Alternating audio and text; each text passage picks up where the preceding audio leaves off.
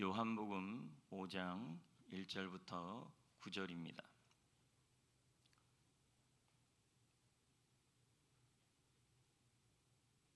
교독합니다.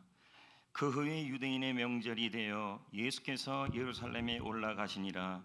예루살렘에 있는 양문 곁에 히브리 말로 베데스라 하는 못이 있는데 거기 행각 5이 있고 그 안에 많은 병자, 맹인, 다리 저는 사람, 혈기 마른 사람들이 누워 물의 움직임을 기다리니 이는 천사가 가끔 못에 내려와 물을 움직이게 하는데 움직인 후에 먼저 들어가는 자는 어떤 병에 걸렸든지 낫게 되미려라. 거기 38해 뵌 병자가 있더라. 예수께서 그 누운 것을 보시고 병이 벌써 오래된 줄 아시고 이르시되 내가 낫고자 하느냐. 병자가 대답하되 주여 물이 움직일 때에 나를 못에 넣어 주우는 사람이 없어 내가 가는 동안에 다른 사람이 먼저 내려가나이다.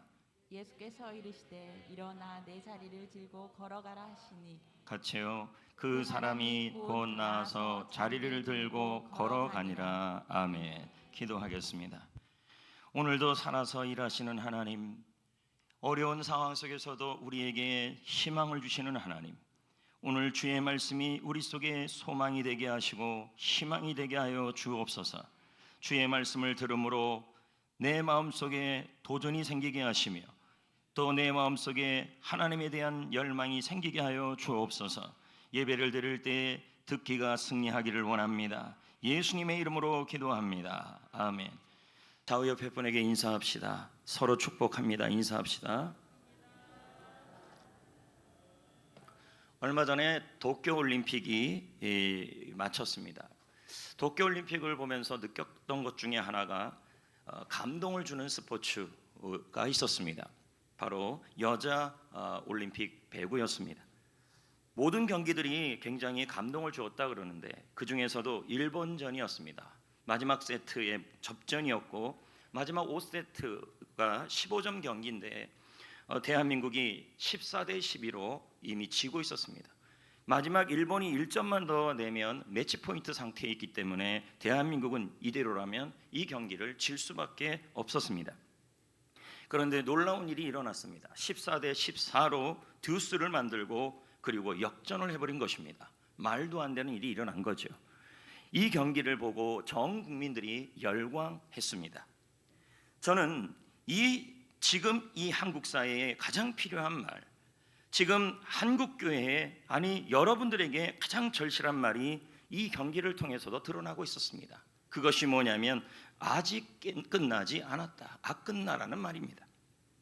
오늘 말씀의 배경은 이 아끝나, 아직 끝나지 않았다라는 말씀을 보여주는 배경입니다. 여러분, 예수님이 유대인의 명절에 예루살렘으로 올라갔습니다. 그곳은 어디냐면 예루살렘 성문 양문 곁에 있는 베데스다 연못이었습니다.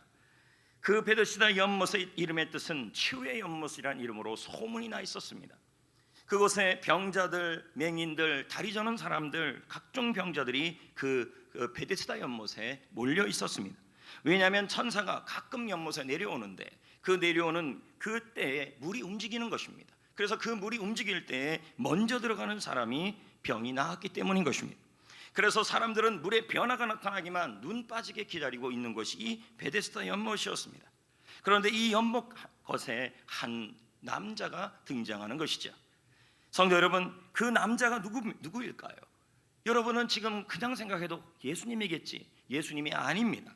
이 남자의 그의 삶이 지금 어떤 삶이고 그리고 이 남자의 지금까지의 삶은 우리의 삶, 여러분의 삶과 어떤 연관이 있을까요? 오늘 말씀은 지금 나의 삶과 어떤 관련이 있을까요? 이것이 오늘 말씀의 질문입니다. 본문 5절에 이 남자가 등장하는데 이렇게 등장하고 있습니다. 5절 다 같이 읽어보겠습니다. 시작. 거기 38회 된 병자가 있더라. 그 베데스다 연못에 자그마치 38년 된 병자가 있었다. 날술로 계산하면 여러분 14,000일입니다. 14,000일 동안에 그는 그 세월 동안에 걸어서 원하는 곳에 갈 수 없었고 필요한 것을 구할 수가 없었습니다. 그는 무기력한 삶을 살고 있었습니다. 저는 생각해 봤습니다. 한때 이 남자도 이 베데스다 연못에 왔을 때 굉장히 희망찬 미래를 품고 왔을 것이다. 그래도 날마다 하루를 깰 때마다, 하루하루를 깰 때마다 내일이면 나는 강한 다리가 되어 있을 거야, 내일이면 좋아질 거야, 그러면서 1년, 2년, 3년, 4년, 5년, 6년, 7년, 8년, 9년, 10년 10년이 접어들면서 이제는 말에 이렇게 나오는 것입니다. 내일이면 혹시 나을 수 없을까, 아마 낫지 않을까. 처음에 그 확신이 점점 확신이 사라져가기 시작합니다. 그렇게 20년, 30년, 38년이 흘러가는 사이에 그 남자의 마음이 굳어져 갔습니다. 기도는 멈춰졌고 소망과 희망은 사라졌습니다. 남자는 자신의 무력함을 현실로 받아들였습니다. 그리고는 이렇게 고백합니다. 이제 나는 끝났다. 이제 모든 것이 끝났다. 나는 길이 없다. 제가 여러분 말씀드리면서 좀 부탁드리는 것은, 말씀을 들을 때 듣기가 참 중요합니다. 들을 때 여러분 저를 보셔야 돼요. 그래서 제가 가끔 이런 생각을 해요. 내가 너무 38년이래요. 18년, 19년 성전교회 너무 오래 있어서 꼴 보기가 싫은가? 여러분 예전에 부흥 강사들 오면 그렇게 하잖아요. 손 올려 그러면 손 올려갖고 아멘 하면 깍깍깍 되면 깍깍깍 되고, 부흥사들 오면 그렇게 열심히 하는데 매주서는 저가 할 때는 고개 팍 숙이고 저 안 보고 그냥 줄 긋고. 여러분 듣기 중요합니다. 저를 봐주세요. 할렐루야. 듣기가 실패해버리면요 여러분 믿음이 무너져요. 그럼 또 여러분 그럽니다. 저는 눈 감고도 다 들어요. 여러분 제가 은혜를 못 받아요. 저를 보세요. 그리고 핸드폰은 아래로 집어넣으시고 끄세요. 알겠습니까? 네. 사람들은 말합니다. 뭐라고 말합니까? 하늘은 스스로 돕는 자를 돕는다. 저는 이 말이 성경적이지 않다고 생각합니다. 왜요? 하나님은 스스로 도울 수 없는 사람도 도우신다. 무기력한 사람도 도우신다라는 것입니다. 모든 상황이 무기력해졌을 때도 하나님은 일하시고, 자신의 끝에 이르렀을 때에도 거기서도 하나님은 시작하시는 분이신 것입니다. 이 남자는 분명히 이렇게 고백합니다. 7절입니다. 다 같이 읽어볼까요? 자, 7절 시작. 병자가 대답하되 주여 물이 움직일 때에 나를 못에 넣어주는 사람이 없어 내가 가는 동안에 다른 사람이 먼저 내려가나이다. 처음에는 이 사람은 희망이 부풀어 올랐습니다. 베데스다 연못에 처음 왔을 때는 이 마음이었습니다. 오늘은 나을 수 있다. 내일 일어났을 때는 오늘은 나아질 수 있을 것이다. 그 사람은 마음속에 희망과 소망이 간절함이 있었습니다. 내 몸이 나아진다. 내 몸은 고쳐진다. 내 인생은 좋아진다. 우리 가정은 좋아진다. 우리 직장은 좋아진다. 내 일터는 좋아진다. 우리 셀은 좋아진다. 내 자녀는 좋아진다. 매일마다 마음속에 뭐가 있었냐면 베데스다 연못에 왔을 처음에는 나을 수 있다 이 마음으로 왔습니다. 그러면서도 날마다 행인들이 던져주는 동전 몇 푼으로 버티며 하루하루를 살아갔습니다. 그러면서 이 남자는 행복한 상상을 했습니다. 베데스다 연못에서 천사가 내려와서 움직일 때 내가 거기서 기어서라도 가면 나는 나을 거다. 날마다 그렇게 하면서 버텨갔습니다. 하지만 여러분 이분에게는 그날이 오지 않았습니다. 하루하루 실망이 쌓여갑니다. 좋은 일이 일어나지 않습니다. 이제 그 사람이 바라는 희망은 동전 몇 푼이었습니다. 그는 무기력에 빠졌습니다. 병이 나을 거라는 희망, 인생이 좋아질 거라는 기대, 상황이 좋아질 거라는 소망, 이제 그 소망이 다 무너진 것입니다. 여러분은 어떻습니까? 성전교회 예배당에 오늘 와 앉아 있습니다. 성전교회 처음 왔을 때 여러분은 하나님에 대한 기대가 있었습니다.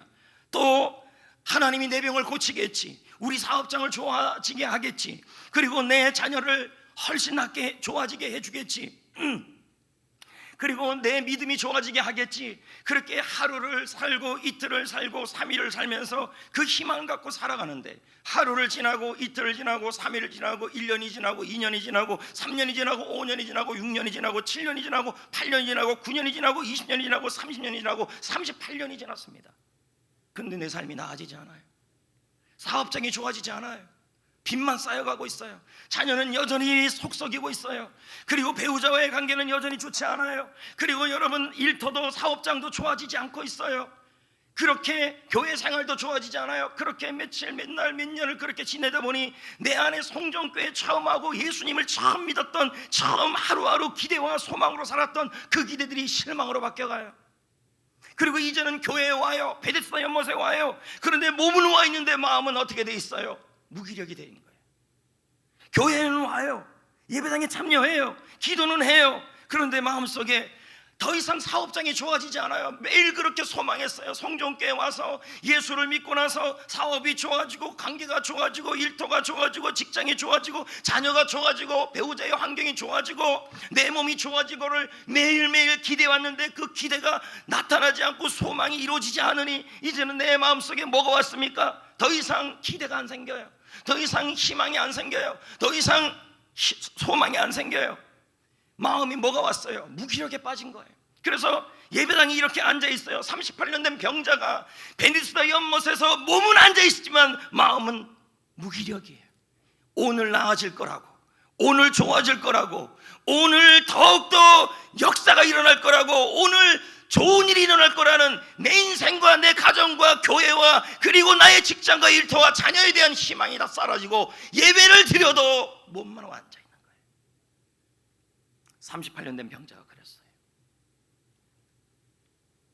여러분, 지금 여러분은 어떻습니까? 처음 성전교회를 등록하고 우리 교회를 나오고 예수님을 믿게 됐을 때 여러분은 어땠습니까? 야, 예수님을 믿고 성전교회에 나와서 믿음 생활하면 점점점 사업장이 좋아지겠지, 오늘은 좋아지겠지. 근데 교회 왔는데 실망스러운 일들이 자꾸 일어나는 겁니다. 그리고 예수님을 믿고 살아가는데 자꾸 몸이 안 좋아지는 것입니다. 내 마음속에 이런 마음이 들어요. 자녀는 뜻대로 안 돼요. 왜 이렇게 자녀들이 속을 썩이고 부모 말을 안 듣는지 모르겠어요. 그리고 그것뿐입니까? 남들은 점점 직장생활도 승진하고 좋아지는데 나는 자꾸 뒤처져 가는 것입니다. 그러면서 마음속에 이런 마음이 드는 거예요. 처음에는 소망이 생겼는데 이제는 소망과 그리고 희망은 사라지고 이 가슴 속에 세 글자가 남아있어요. 무기력. 더 이상 신앙생활에 좋아질 거란 기대도 없고 38년 된 병자처럼 베데스다 연못가에 있으면서 예배당에 나와 있으면서 하나님 앞에 있으면서도 이 마음속에 소망과 희망과 간절함은 다 사라졌다는 거예요. 그 38년 된 병자와 우리의 모습을 비교하자는 거예요.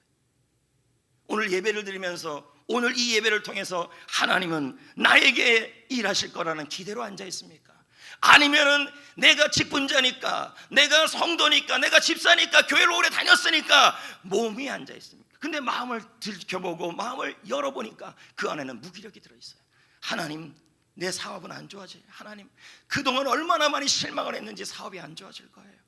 교회에 대해서도 마음이 아파 있으니 더 이상 이 교회에 대해서 기대감이 없어요. 그러니까 몸만 와 앉아 있는 거예요. 무기력. 대한민국은 어떻습니까? 코로나19로 인해서 심각한 무기력 속에 빠져 있지 않습니까? 코로나가 주는 공포예요. 신문 사설 칼럼을 읽어보면요, 우리나라는 이렇게 돼 있다는 거예요. 코로나에 걸리면 죽는다라는 공식이 성립돼 있어요. 외국하고 달라요. 그러니까 벌벌 떨어요. 코로나 확진자 됐다, 음성 나왔다, 양성 나왔다, 밀접자 접촉했다 그러면 혹시 죽는 거 아니야? 큰일 나는 거 아니야? 공포감이 조성된 게 지금 우리나라 분위기예요. 그러나 코로나 확진자가 아니라 치사율을 보면 코로나 걸려서 죽는 사람 숫자 보면 0.3%예요. 독감보다 작아요. 다른 나라는 지금 모두 위드 코로나로 가고 있어요. 그러나 그렇게 말합니다. 위드 코로나로 가도 5,000명, 6,000명 나오는데 우리나라가 위드 코로나 가면 3,000명, 6,000명 나오면 확진자 나오면 어떡하냐? 아무리 확진자가 많아도 치사율은 0.3%밖에 안 돼. 교회발, 저는 생각해요. 지금 이 시대에 교회의 역할은 분명히 있어요. 마음이 우울해지고 마음이 무력해졌을 때 희망과 소망을 의지하고 전할 수 있는 것이고 그 말씀을 들을 수 있는 것은 교회예요. 그런데 교회발 하는 바람에 교회를 혐오시설로 만들어놨어요. 언제까지 여러분, 지금 아까 장로님 기도로는 이제 일상을 준비하고 있다고 그러는데 실제로 읽어보면요, 겁을 내고 있어요. 11월 중순에 위드 코로나 올 거라 하지만 아직도 만지작만지작 그래요. 진짜 올까요? 국민들은 지금 공포가 익숙해지고 코로나 현실 앞에 우울증은 더 심해지고 무기력 속에 빠진 거예요. 우리 처음에 안 그랬습니까? 1년 가겠지, 6개월이면 가겠지. 그런데 다른 나라들은 다 하는데 아직도 우리나라는 지금도 계속 코로나 걸리면 큰일 나고 자가격리 시키고 난리 법석법석입니다. 자살을 생각하는 사람 비율이 12%가 더 늘었다. 저는 얼마 전에 신문에 한 칼럼을 봤습니다. 10년 뒤의 신문 이렇게 나왔어요. 10년 뒤 신문 뭐라고 나온지 아십니까? 올해 태어난 아이가 2021년에 태어난 아이가 고등학교를 졸업할 때 성인이 됐을 때 이 아이가 우리나라 나랏빚을 1억 원을 책임져야 된다는 거예요. 25만 원 받으면 참 좋지요. 근데 여러분의 아이가 앞으로 한 사람당 1억 원은 책임져야 돼요. 나라빚이에요, 나라빚. 그리고 앞으로 10년만 지나도요, 우리나라 인구의 절반은 50대 이상이에요. 50대 아래에 있는 인구는 천천하게 적다는 거예요. 그리고 10대 인구는 10명 중에 1명이에요. 그러니까 10대 인구는 10%밖에 안 된다는 거예요. 나라가 생생하지 않다는 거예요. 파릇파릇지 않다는 거죠. 대치동 수능 강사가 마저 이렇게 말합니다. 앞으로 8년 안에 수능은 없어질 것이다. 왜? 아이들의 숫자가 너무 줄어든다는 거예요. 국민연금은 어떻습니까? 2057년에 바닥이 날 것이다. 그래서 지금 20대 30대는 30년 넘게 부은 국민연금을 한 푼도 받지 못할 수도 있다.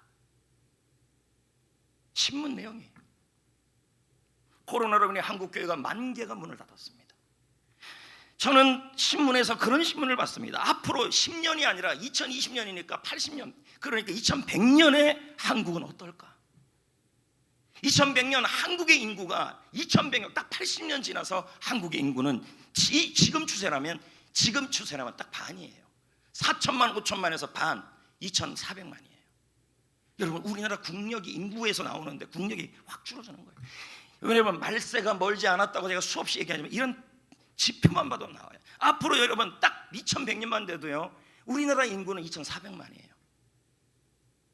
출산이 감소하고 한국교회는 지역에 소망을 주지 못하며 특히 천년층에게 외면을 받고 있습니다.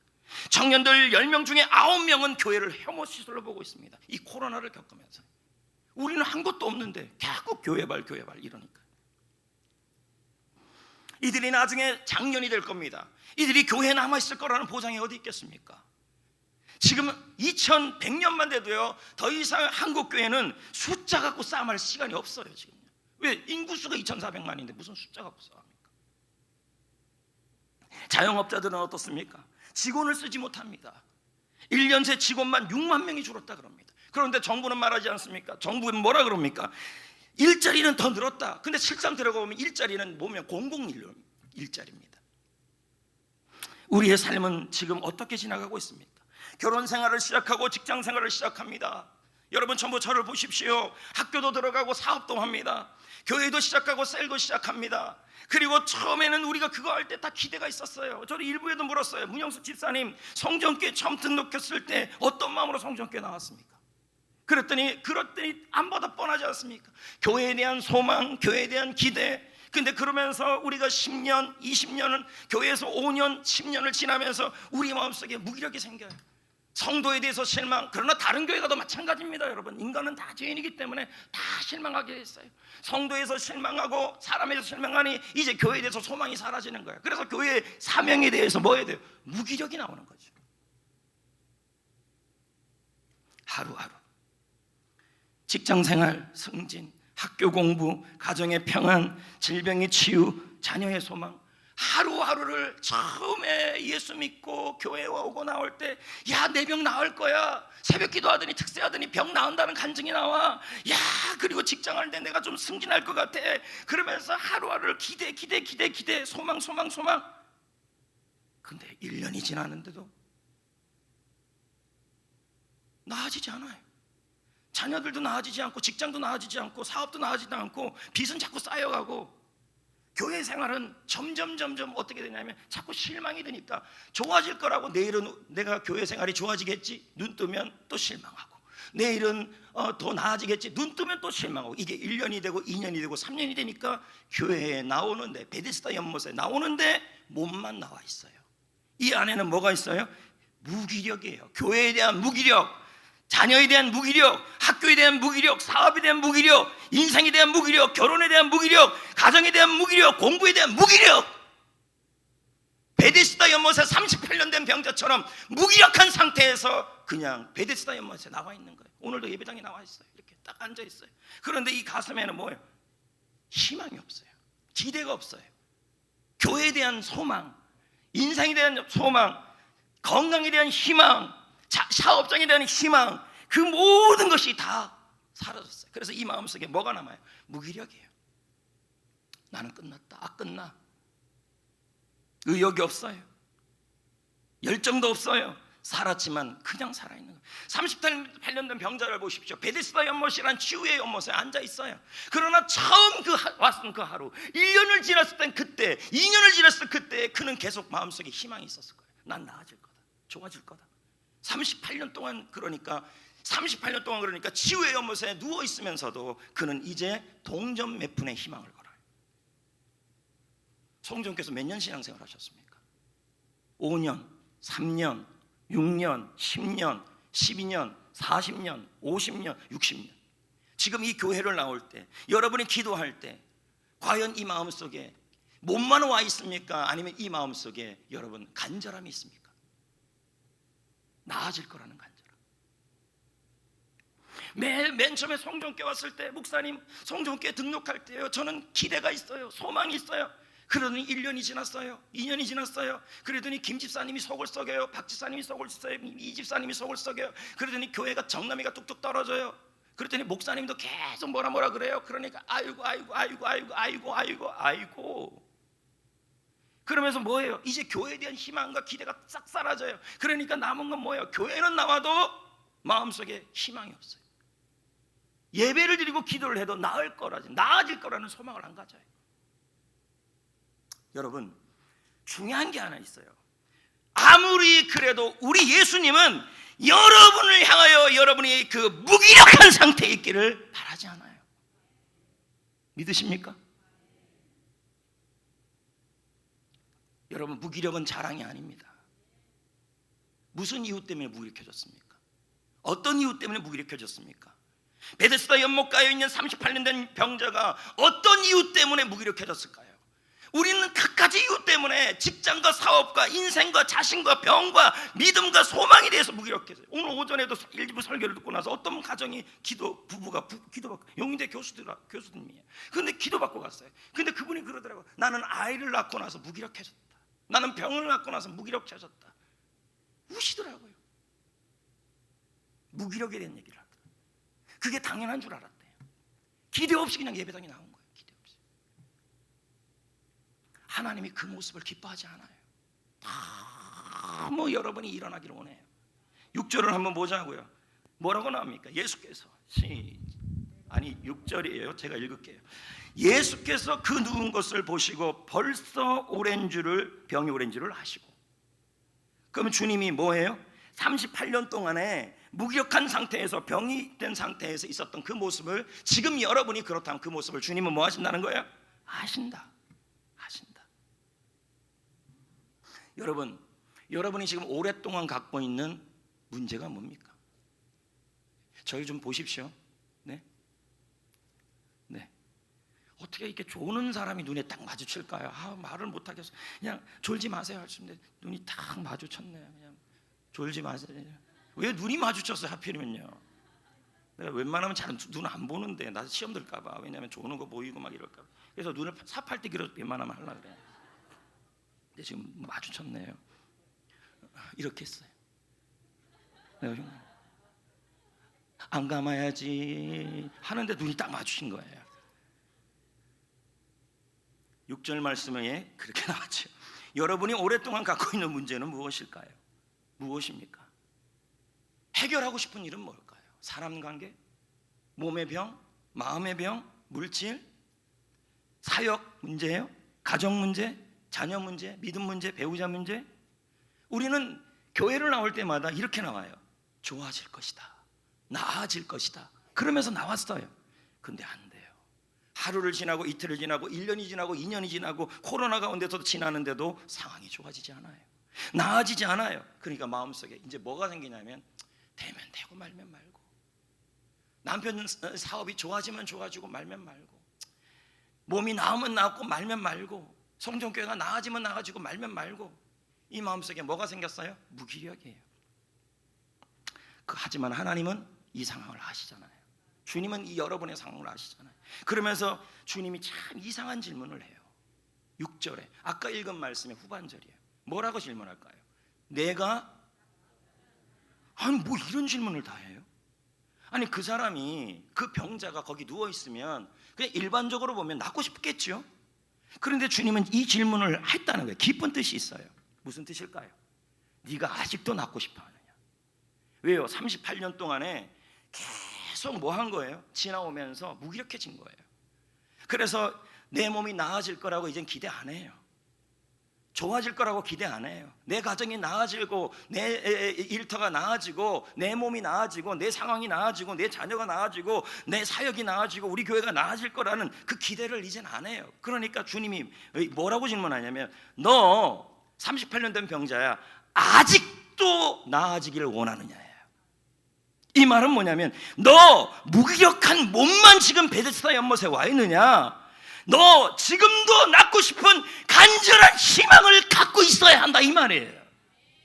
근데 그 희망이 사라졌다는 거예요. 우리도 이럴 수 있죠. 인생이 나아질 소망, 가정이 좋아질 소망, 셀이 나아질 소망, 사업이 나아질 희망, 나라의 상황이 좋아질 기미, 이 기미들이 하루하루 소망을 갖는데 우리가 생기지가 않아요. 오죽하면 여러분 여론조사가 뭐가 나왔습니까? 대선주자, 유력주자 1번, 2번에 대한 지지율이 20%대예요. 그러면 이번에 투표하고 싶은데 찍을 후보가 없다가 35%가 넘어요. 그건 뭐예요? 국민들이 나라의 상황이 좋아질 희망을 버렸다는 얘기죠. 그런데 하나님은 우리에게 말하는 거예요. 희망을 버려도 무기력하게 있지 말고 포기하지 말고 내년에 기도하면서 투표해야 돼요. 안 그렇습니까 여러분? 맞지 않아요? 그래도 투표해서 하나님 앞에 좋은 사람을 세워야죠.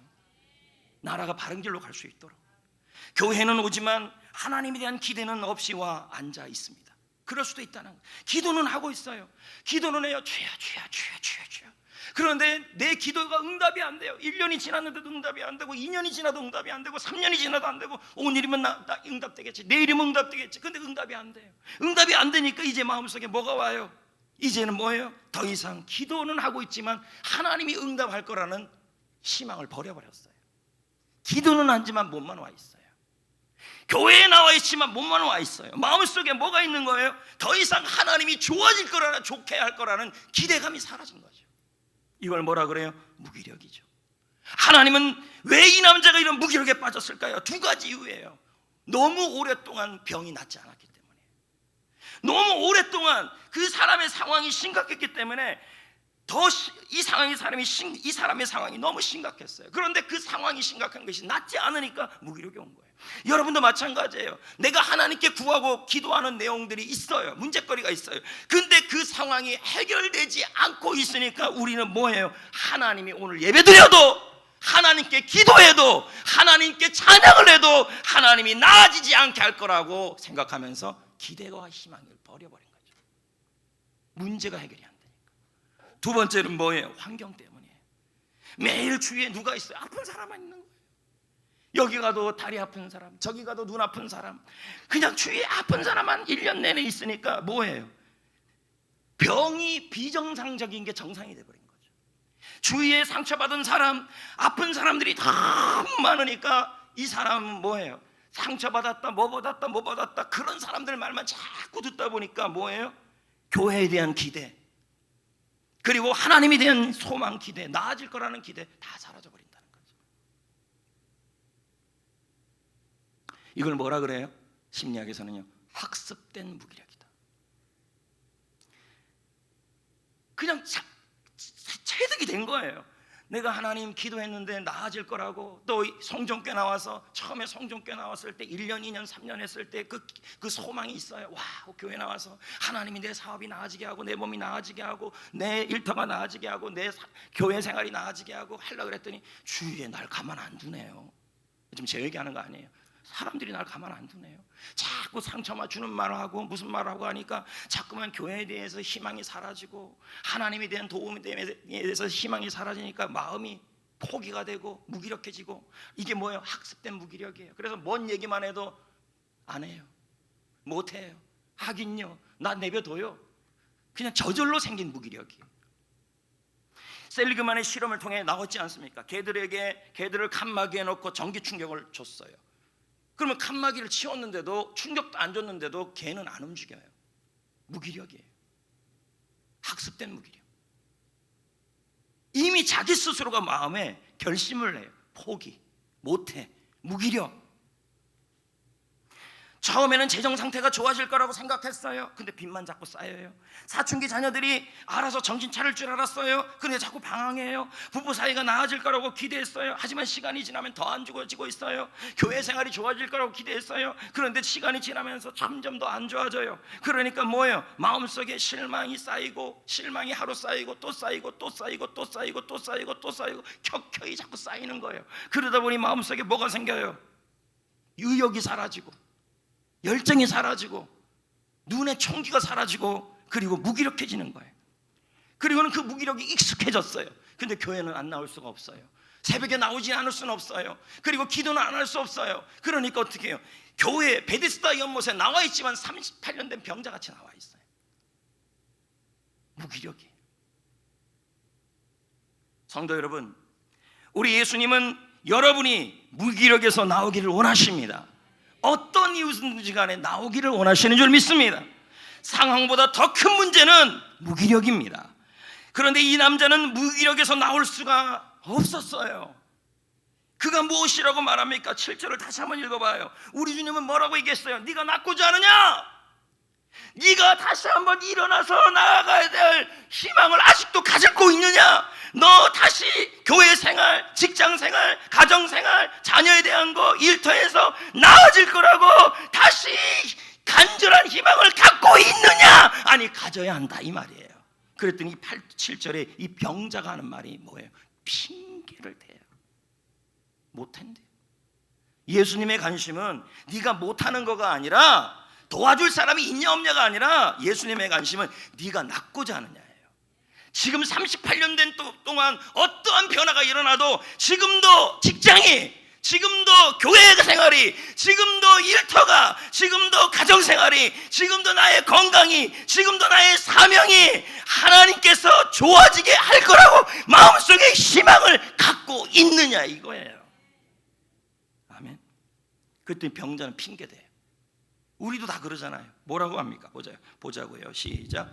병자가 대답하여 주여, 물이 움직일 때 나를 못에 넣어주는 사람이 없어 내가 가는 동안에 다른 사람이 먼저 내려가나이다. 지금 뭐 하고 있어요? 핑계대고 있는 거예요. 도와줄 사람이 없다. 나를 인도해 줄 사람이 없다. 나는 혼자다. 나는 번번이 좌절됐다. 그래서 나는 안 된다. 핑계를 대고 있는 거예요. 무기력을 그래도 누구 앞에 고백하고 있어요? 주님 앞에 고백하고 있는 거예요. 여러분, 너무 감사한 건요, 주님은 이 남자의 상태와 상관없이 오셨어요. 그리고 예수님의 도움을 받기 위해서 이 남자는 오디션을 볼 필요가 없었어요. 예? 101 오디션 뭐 이런 거, 국민 가수 오디션, 나는 자연인이다, 아니 잘못 얘기했네요. 미스터 트롯 이런 오디션 볼 필요가 없어요. 그냥 무기력을 고백하기만 하면 되는 거예요. 나는 못합니다, 이 얘기죠. 카일 아일드만은 말합니다. 읽어보겠습니다. 시작. 우리에게 필요한 것은 그저 우리의 무기력을 그분 앞에 내려놓는 것이다. 우리가 끝에 이르면 바로 그것에 주님이 우리를 만난다. 거기서 기다리고 계신다는 거예요. 여러분, 지금 여러분이 어떻습니까? 성전교회 처음 왔을 때, 아니면 은혜를 처음 받았을 때, 아니면 여러분 그러면서 하나님 앞에 사업의 승진, 직장에서의 승진, 자녀의 회복, 그리고 물질의 회복, 몸의 건강, 그러면서 우리 교회 왔을 때 교회에 대한 힘을, 와, 성전교회는 다르네 하면서 왔는데 보다 보니까 김 집사님이 속을 썩이고 박 집사님이 속을 썩이고, 그러더니 마음속에 뭐가 돼요? 실망이 켜켜이 쌓이다 보니 뭡니까? 마음속에 의욕이 사라지고 소망이 사라지는 것이죠. 근데 주님은 그 무기력에서 있기를 원치 않은 거예요. 네가 아직도 낫고자 하느냐? 네가 아직도 희망을 갖고 있느냐? 가정에 대해서, 인생에 대해서, 회복에 대해서, 교회에 대해서 아직도 희망을 갖고 있는 것이 더 중요하고, 네가 이 무기력에서 나올 수 없다면 그 무기력을 주님 앞에 내려놓아라 라는 것이죠.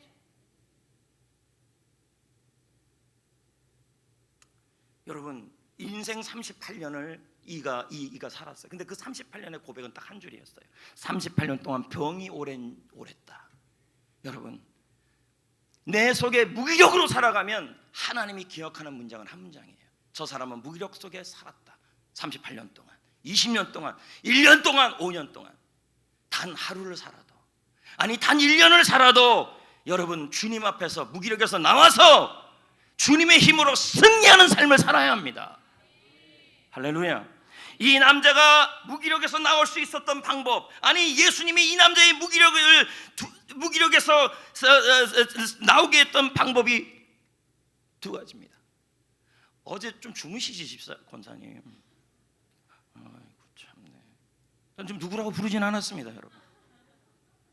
안 잘라고들 노력은 하는데 이럽니다, 여러분.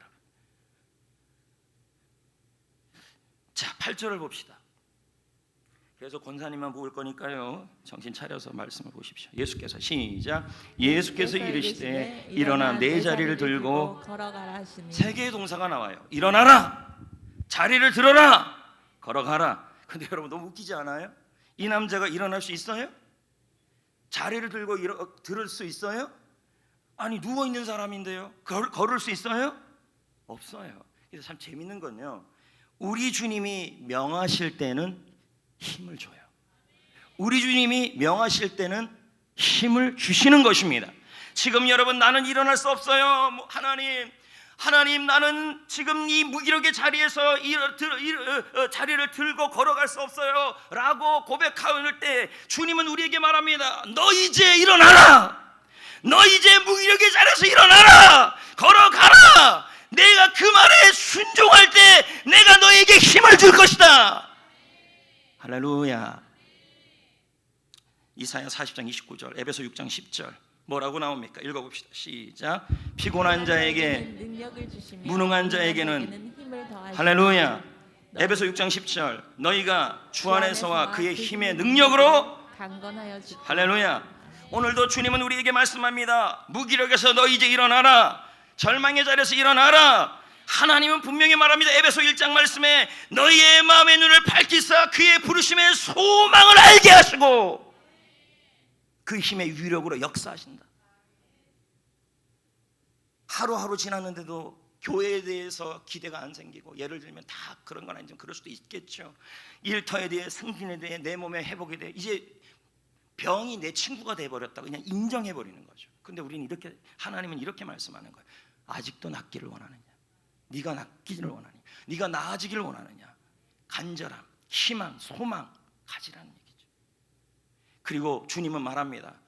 머뭇머뭇대지 말고, 도와줄 사람이 없다라고 말하지 말고, 환경이 그렇다고 말하지 말고, 그런 환경에서 베데스다 연못에 앉아있지만 말고 매 예배 때마다, 아니 지금 주님께서 지금 말씀하시는 거예요. 너 이제 일어나라. 무기력의 자리에서 일어나라. 걸어가라. 내가 힘을 줄 것이다. 예. 왜 주님은 우리를 무기력에서 일어나고 힘을 주실까요? 디모데후서 4장 17절 말씀을 봅시다. 읽어볼까요? 시작. 주께서 내 곁에 서서 나에게 힘을 주셨어요. 왜요? 나로 말미암아 선포된 말씀이 온전히 전파되어 모든 이방인들이 듣게 하려 하심이니. 그러니까 왜 주님이 우리에게 힘을 주고 지금 이 무기력에서 나오라고 그러는 거예요? 복음의 도구가 되게 하기 위해서. 사업이 나아질 거라고, 직장이 나아질 거라고, 그리고 자녀가 나아질 거라고, 여전히 교회 생활이 나아질 거라고 여전히 뭐 하셔야 돼요? 희망을 가져야죠. 근데 우리는 이렇게 말합니다. 교회 생활하는데 도와줄 사람이 없어요. 사람 보면 실망만 돼요. 나를 도와줄 사람이 없어요. 직장에서 나를 도와줄 사람이 없어요. 내 몸을 보세요. 나는 일어날 힘도 없어요. 자꾸 이렇게 말을 한다는 거예요. 주님의 관심은 그게 아니에요. 주님의 관심은 뭐예요? 낫고자 하는 소망이에요. 그리고 주님은 그런 사람에게 말해요. 일어나라. 자리를 들고 일어나라. 네. 한번 쭉 이렇게 한번 훑어볼게요. 네. 할렐루야. 네. 2대8 가름하네요. 네. 됐어요. 그렇다는 것입니다. 여러분, 그러면 주님, 우리가 무기력에서 나와야 될 때가 언제일까요? 그러면 내일 좀 나올까요? 나와야 할까요? 다음 주에 나와야 할까요? 주님은 아니에요. 지금이에요. 오늘이에요. 오늘 이 예배 시간이에요. 할렐루야. 지금 주님의 힘으로 일어나야 합니다. 왜요? 하나님이 가장 좋아하는 시간은 바로 지금입니다. Right now. 핑클의 노래. 지금. 유원만 교수는 말합니다. 지금까지보다 지금부터가 중요하다. 지금까지 38년 동안 여러분이 무기력해 있고 최근까지 무기력해 있다 할지라도 지금까지 그러더라도 지금부터가 중요하다는 거죠. 지금까지 모든 것이 끝나였어요? 죽을 병에 걸려 있습니까? 내게 일어날 힘이 없다고 부르짖습니까? 재기의 기회가 사라졌습니까? 모아둔 돈을 다 날렸습니까? 건강이 나빠졌습니까? 집이 저당 잡혔습니까? 관계가 깨지고 있습니까? 일이 될 듯 될 듯 안 되고 있습니까? 그래서 지금까지 무기력 속에 있었습니까? 주님이 기뻐하지 않습니다. 주님은 지금도 말합니다. 아직도 네가 소망을 갖고 있느냐? 성경교회에 대한 소망, 인생에 대한 소망, 셀에 대한 소망, 자녀에 대한 소망, 직장에 대한 소망, 이 소망을 통하여 주님은 힘을 주시고 그 사람에게 복음의 도구로 만들어 쓰실 거라는 얘기입니다. 사업장이요, 일터가, 직장이.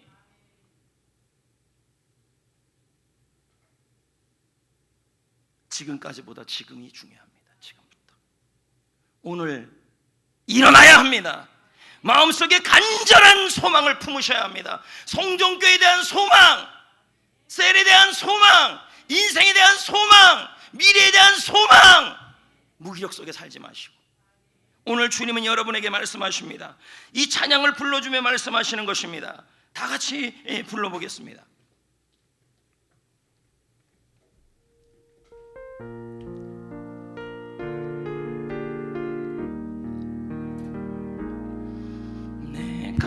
내가 약할 때 나의 강함이 되신 주, 때때로 넘어질 때 다 같이 부릅니다. 내게 새 힘을 주시네. 내 너를 도와주리. 내 너를 건지리니. 너희 죄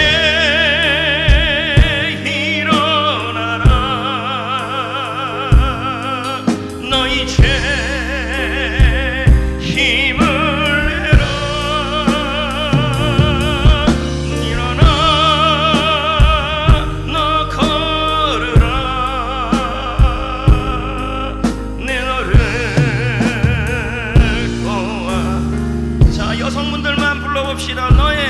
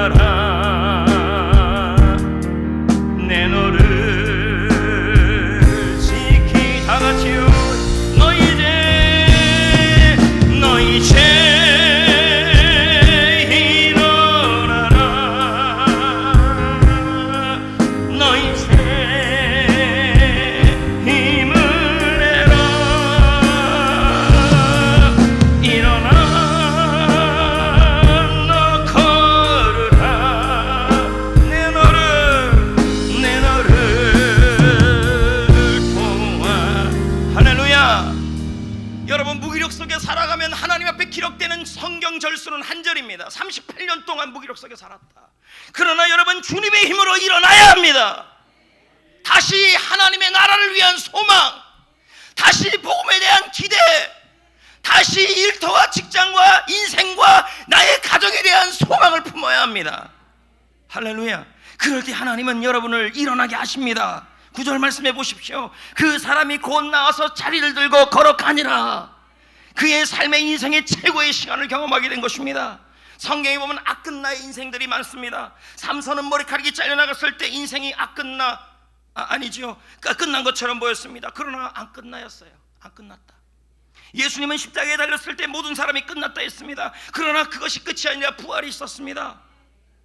지금 여러분 어떻습니까? 사업이 여의치 않습니까? 파트너가 힘들게 합니까? 자금이 여의치 않습니까? 돈이나 건강과 그리고 관계가 희망이 보이지 않습니까? 교회 생활에 자꾸 희망이 사라지고 있습니까? 그렇게 계속 하루하루 실망 속에 살아가면 학습된 무기력 속에 살아가는 것입니다.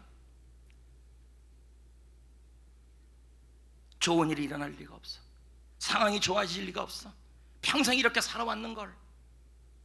그러나 주님은 말씀합니다. 지금 오늘 주님의 힘을 주시고 있음을 믿으십시오. 지금 무기력한 자리에서 일어나시고 무력한 현재의 삶을 받아들이지 마시고 주님의 힘으로 일어나셔야 합니다. 산모에게 말합니다. 힘줘. 더는 못하겠는데요. 견딜 수 없는데요. 포기할래? 포기해. 그럼 다 끝났어. 그러나 산모는 포기하지 않아요. 힘을 줘야죠. 지난주 우리 교회는 온라인 해피코스를 진행했습니다. 해피코스를 하나님을 모르는 사람들에게 행복한 삶을 소개하는 복음의 가정이죠. 2년 동안 우리는 전도를 하곤 했지만 해피코스를 못해서 참 한국교회 전체가 우리 교회뿐만 아니라 무기력 속에 있었습니다. 그러나 우리 교회는 무기력하지 않았습니다. 소망을 또 품고 해피코스를 지난번에 게스트가 안 왔는데요. 그래도 또 우리는 또 뭐합니까? 셀에서 게스트를 섬기고 또 초대 만찬을 하고 이 일에 순종하고 해피코스에 보내고 그리고 우리는 온라인 해피코스를 진행했습니다. 감사하게도 참 많은 게스트들이 왔어요. 오프라인보다 훨씬 많은 것 같아요. 제가. 이런 전도가 되게 어려운 시대에 지난번 토크는요 제가 하진 않았지만 영어가 썰락썰락 나오는데요, 나는 그거 듣고 은혜 받았으면 기적이라고 봤습니다. 근데도 반응 보니까 게스트들이 기대가 됩니다. 나는 생각했어요. 뭐가 기대가 될까? 쌀라쌀라 나오는데 영어 자막도 잘 안 보이는데 한국어 더빙판으로 이제 바꿀 거고 오늘은 제가 직접 듣고 또 해보고 막 이럴 겁니다. 그럼에도 여러분 게스트나 특히 스태프들은 이런 고백들을 합니다. 그동안 몸이 힘들고 나약함을 느꼈는데 온라인 해피코스를 참여함으로 무기력함 속에 있지 않고 순종했습니다. 참여했습니다. 그랬더니 나의 영이 살아났습니다. 그 고백들을 하더라는 거죠. 다시 한번 느꼈습니다. 여전히 우리는 전도가 지난번에 못 돼도 또 전도에 대하여 희망을 갖고 기대를 갖는 거죠. 하나님이 그런 사람들에게 일을 이루시고, 저는 한 소년을 소개하려고 합니다. 이 소년은 월드컵 해에 태어났어요. 2002년에. 그의 아이의 이름은 크리스토퍼 더플리입니다. 이 엄마가 마약 중독자였어요. 그러니 이 아이를 임신한 상태에서 계속 마약을 하니까 이 아이가 6개월 만에 미숙아로 태어나버린 거예요. 뇌가 자라지 못했죠. 그리고 시력이 상실됐죠. 그리고 아이가 자폐증에 걸린 거예요. 근데 이 아빠 엄마가 이 아이를 그 18개월도 되지 않은 아이를 위탁기관에 그냥 넘겨버렸어요. 무기력.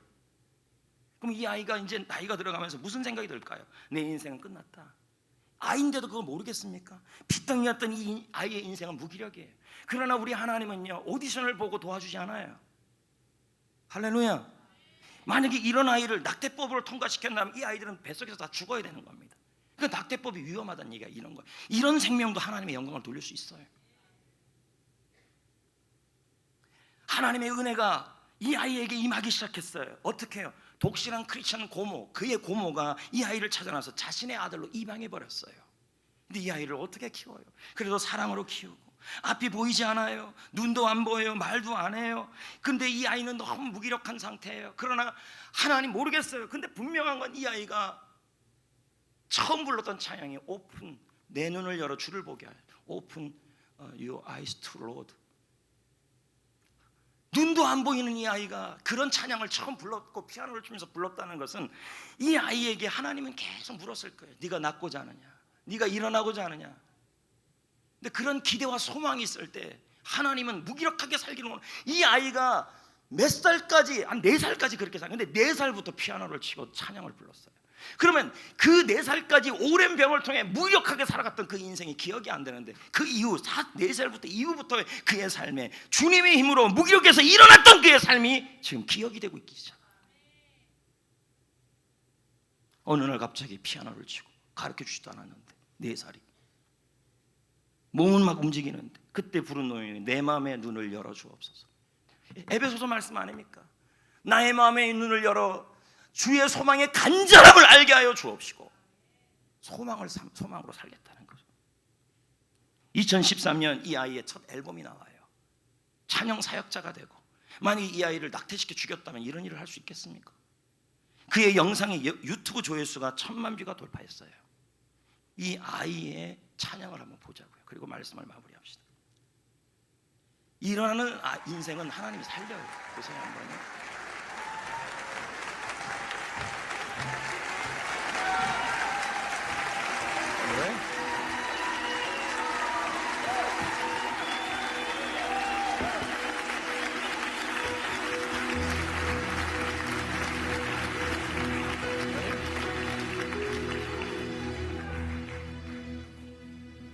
I was asked to introduce Christopher and give a little bit of a timeline on his life, and it's hard to keep my composure talking about Christopher's story. But he was born in May of 2011. 2001.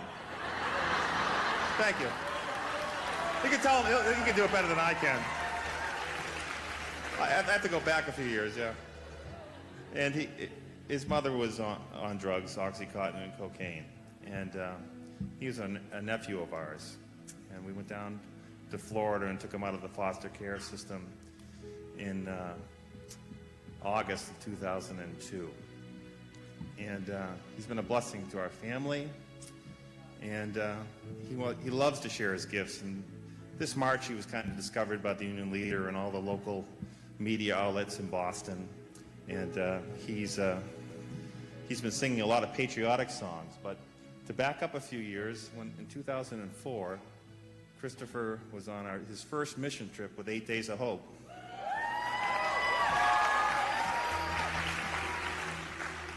And at 4 years old, he went down to the front of the music ministry, and they handed him a microphone, and he sang the song he's going to sing tonight, Open the Eyes of My Heart.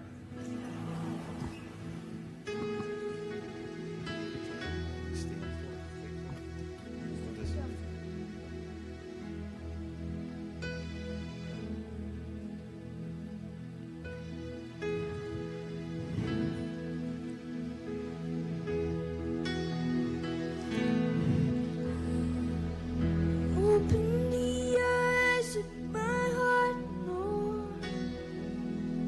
Open the eyes of my heart. I want to see you. I want to see you.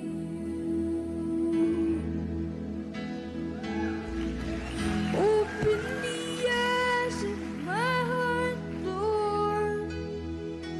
Open the eyes of my heart. I want to see you.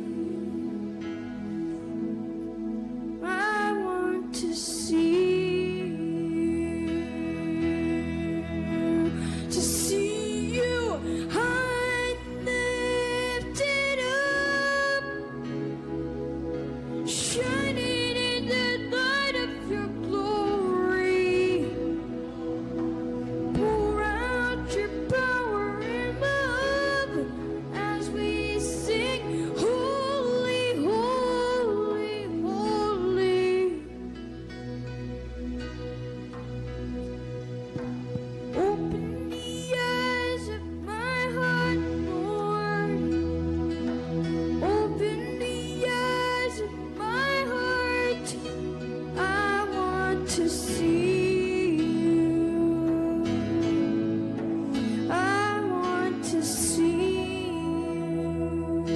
감동적인 영상입니다. 여러분, 이제 저는 말씀을 맺으려고 합니다. 저 무기력한 상황에서도 그냥 무기력하게 있는 게 아니라 네가 낫고자 하느냐, 네가 다시 한번 네 인생이 나아지고 너의 삶이 나아지고 가정이 나아지고 셀이 나아지고 전도가 나아질 거라고 여전히 간절한 희망을 갖고 있느냐, 그런 자에게 주님은 지금 말씀합니다. 일어나라, 걸어라. 저는 불멸의 이순신이라는 드라마를 본 적이 있습니다. 그때 기억이 남는 대사들이 참 많은데, 조선 수군이 모두 전멸할 때 아주 엄청난 대사가 나옵니다.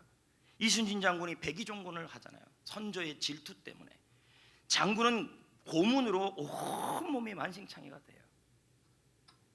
임금 선조는 더 이상 조선을 살릴 길이 없자 자기가 죽이려고 했던 백의종군을 시켰던 이순신 장군을 다시 통제사로 보냅니다. 그의 친구 영의정 유성룡은 이순신 장군에게 찾아가 말합니다. 자네가 버린 나라다. 자네를 버린 나라다. 자네를 버린 임금이다. 다시는 전쟁터에 나가지 말아라. 내 목숨을 걸고 전하께 말해서 당신이 전쟁터에 나가지 않게 할 거다. 그러자 장군이 이렇게 말합니다. 몸이 만신창이가 됐는데도 뭐라고 얘기하냐면 희망을 버리지 않아요. 희망을 버리지 않으면서 자기는 몸이 만신창이가 됐고 더 이상 희망과 기대가 없고 남은 배는 12척밖에 되지 않고 수백 석의 외선과 싸워야 돼요. 그러면서도 그는 이렇게 말해요. 뭐라고 얘기합니까? 유성룡에게요. 나는 그래도 희망을 버리지 않습니다. 내 몸이 만신창이가 되고 그리고 내가 갖고 있는 현실이 도와줄 사람이 적고 배도 적다 할지라도 나는 그래도 마음속에 무기력으로 있지 않겠습니다. 그리고 남은 군사들에게 말해요. 무기력 속에 빠진 군사들에게 말해요. 아직도 백성들이 이 조선에 희망을 걸고 있습니다. 그들이 희망이 있는 한, 그들이 희망을 걸고는 있는 한 우리 수군도 희망을 걸어야 합니다. 무기력에서 나와야 합니다. 그의 몸은 만신창입니다. 12척의 배밖에 없습니다. 그러나 희망 하나 붙들고 무기력에서 일어났습니다. 그러면서 12척의 배를 바라보며 조용히 말했을 겁니다. 아직 끝나지 않았다. 아직 끝나지 않았다. 지금 우리나라는 엄청난 위기 속에 있습니다. 경제는 무너지고 정치는 안개 속입니다. 교회는 힘을 잃고 성도들은 힘겨워하고 앞으로의 미래에 대해서 좋은 예상들이 나오고 있지 않습니다. 그러나 이 상황에서도 너희를 위한 나의 생각은 재앙이 아니라 미래의 희망이라. 베데스다 연못가에 있는 병자와 같이 그냥 와서 예배당에 앉아 있습니다. 몸만 와 있습니다. 이 속에 가정에 대한 소망, 교회에 대한 소망, 셀에 대한 소망, 그리고 인생에 대한 소망, 직장에 대한 소망이 없어요. 그냥 무기력이에요. 이런 상황에서 예수님은 우리에게 외칩니다. 지금 무기력 속에 있느냐? 지금까지 있었느냐? 나는 너의 지금 상태를 안다. 아직 끝나지 않았다. 지금부터가 중요하다. 오늘부터가 중요하다. 내가 일어날 힘을 주겠다. 지금 그 힘으로 일어나라. 좋은 날이 올 것이다. 할렐루야. 다음 주는 창립주일입니다. 110년, 112년 수많은 어려움 가운데 믿음의 선배들은 무기력할 때마다 주님의 힘으로 일어났습니다. 그래서 현재 우리 교회가 있는 거죠. 올해 창립감사주일 예물을 통해서 저희들은 개척계 월세를 내주고 지역 학생들에게 장학금을 사용하려고 합니다. 저 역시도 이렇게 기도하고 있습니다. 주님, 아직 끝나지 않았습니다. 한국교회 아직도 끝나지 않았습니다. 우리 교회 성도님들 아직 끝나지 않았습니다. 미래의 예상이 종말로 행하고 간다 할지라도 그 상황에서도 하나님은 빛나는 하나님이시고 만군의 여호와십니다. 지금까지보다 지금부터가 중요함을 우리 성도들이 깨닫게 하여 주옵소서. 지금까지 무기력하게 있었다면, 그리고 뭔가 사람과 도와줄 사람이 없다고 갖가지 이유를 댔다면 이제 그 말 그만두게 하시고 우리 성도들에게 힘을 주시고 이 시대에 소망이 되는 교회가 되게 하여 주옵소서. 간절한 소망을 다시 한번 주시옵소서. 복음의 도구가 되게 하여 주옵소서. 우리 다 같이 기도합시다. 하나님, 우리 성도님들에게 힘을 주옵소서. 소망이 되게 하여 주옵소서. 간절한 소망을 품게 하여 주옵소서. 네가 낫고자 하느냐? 주님은 다시 그 마음을 품기를 원하시는 줄 믿습니다. 예수님의 이름으로 기도합니다. 아멘.